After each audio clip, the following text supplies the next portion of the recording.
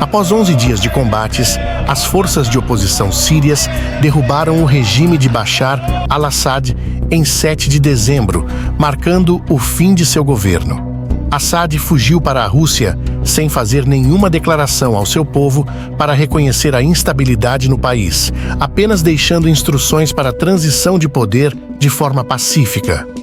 Nesse episódio, vamos falar sobre o espólio de guerra dos rebeldes, as ofensivas israelenses na Síria e como alguns atores externos reagiram um dia após o desmantelamento do teatro sírio. Fique conosco até o final, lembrando que o canal só cresce com o seu apoio, então deixa uma curtida para fortalecer nosso trabalho e vamos juntos ver mais um capítulo desse teatro sírio.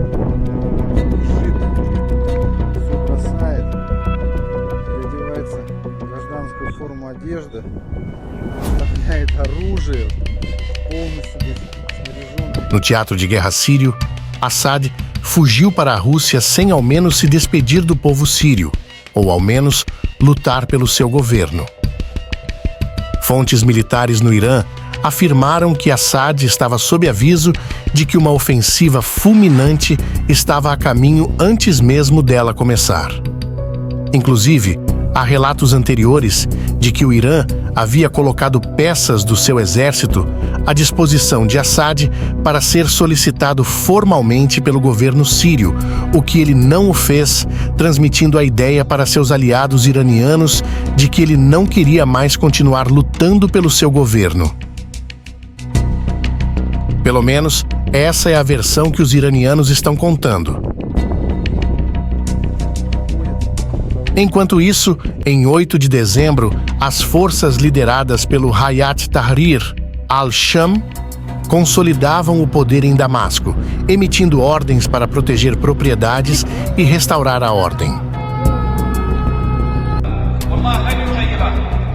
O líder do HTS, Abu Muhammad al-Julani, chegou à capital em 8 de dezembro, fez o discurso da vitória para uma multidão, visitou mesquitas em Damasco, enquanto, paralelamente, os grupos de oposição assumiram o controle de redutos como Latakia, Jablé e Tartus, onde ficam as bases navais russas. Tudo indica que nos bastidores o Kremlin teria garantido um acordo em 8 de dezembro com líderes da oposição síria não especificados para garantir a segurança das bases militares russas na Síria, mas os contornos desse arranjo e sua longevidade permanecem obscuros, dada a situação política volátil e em rápida evolução na Síria. Há fortes indicadores de que a Rússia está estabelecendo condições para evacuar seus ativos militares da Síria e que a base militar russa não é segura. Mas até o final desta edição, não havia ocorrência de hostilidades contra a base naval russa. Mas só lembrando que essas bases russas serviram de plataformas para ofensivas contra o mesmo grupo que está no poder agora. Ou seja, mesmo que no melhor cenário, a Rússia mantenha algumas ou todas as suas bases na Síria, é uma grande perda geopolítica para Moscou, já que a base contínua da Rússia na Síria estará à mercê de grupos de oposição sírios que o Kremlin costumava chamar de inimigos. Embora o HTS esteja no centro do poder, a futura estrutura governamental da Síria permanece totalmente incerta.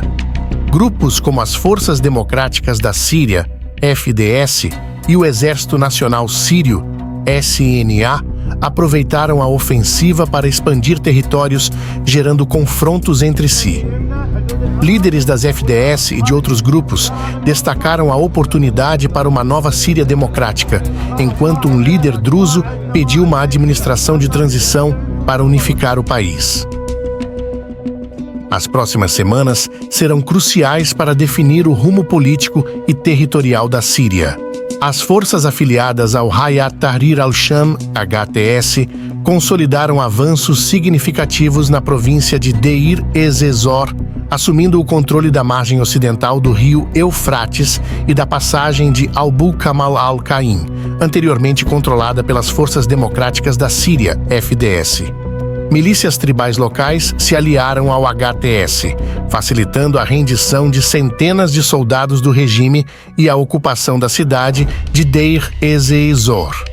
O HTS também tomou a estrada estratégica Damasco-Deir ez-Zor, essencial para as rotas iranianas ao Hezbollah, e capturou Palmira, na província de Homs.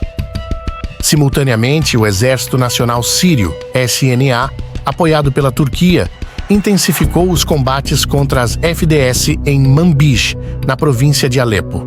Lembrando que as FDS são apoiadas pelos Estados Unidos.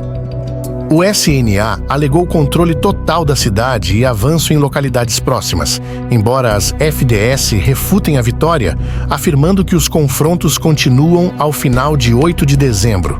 A situação em Manbij permanece incerta, destacando a volatilidade das disputas no conflito, mesmo diante do fim do regime de Assad.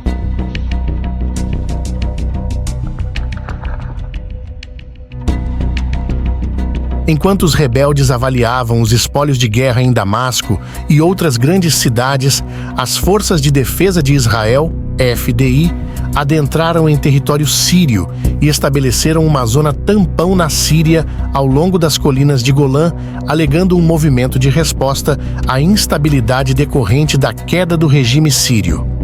O primeiro-ministro Benjamin Netanyahu afirmou que o acordo de desengajamento de 1974 entre Israel e Síria desmoronou e ordenou que as FDI ocupassem posições desocupadas pelo exército árabe sírio para evitar sua tomada por forças hostis. As atividades das FDI concentram-se em torno de Khan Arnabé, na província de Quneitra, com avisos emitidos à população local para permanecer em casa. A unidade Shaldag da Força Aérea Israelense capturou uma posição estratégica no Monte Hermon sem resistência, enquanto as FDI continuam reforçando a fronteira com trincheiras e outros recursos defensivos. Paralelamente, as forças de oposição lideradas pelo HTS tomaram o controle de Quneitra em 7 de dezembro, aumentando as tensões na região próximo à fronteira com Israel. A Força Aérea de Israel realizou ataques aéreos na Síria em 8 de dezembro, visando antigos locais militares do exército árabe sírio, alegando a necessidade de impedir que grupos de oposição adquirissem os equipamentos militares do exército de Assad e ficassem mais poderosos. Entre os alvos da Força Aérea Israelense estavam depósitos em Mayadin, na província de Deir ez-Zor, e instalações estratégicas no sudoeste da Síria, como o aeroporto militar de Mezé, a base da 4ª Divisão no Monte Qazium e a antiga base próxima à fronteira com Israel. Além disso, as FDI atacaram a base aérea de Kalkala, um centro de pesquisa científica e complexos de segurança em Damasco, anteriormente usados pelo Irã para armazenar mísseis e equipamentos militares confidenciais. Outro alvo significativo foi a passagem de Al-Qusair, na fronteira Líbano-Síria, usada pelo Hezbollah para transporte de equipamentos. Esses ataques buscam destruir a infraestrutura militar iraniana na Síria, enfraquecendo ainda mais o Hezbollah e reduzindo a ameaça iraniana a Israel. Enquanto paraquedistas israelenses avançam e conquistam mais posições em território sírio, cresce a percepção de que Israel pode estar tentando anexar essa área ao seu território.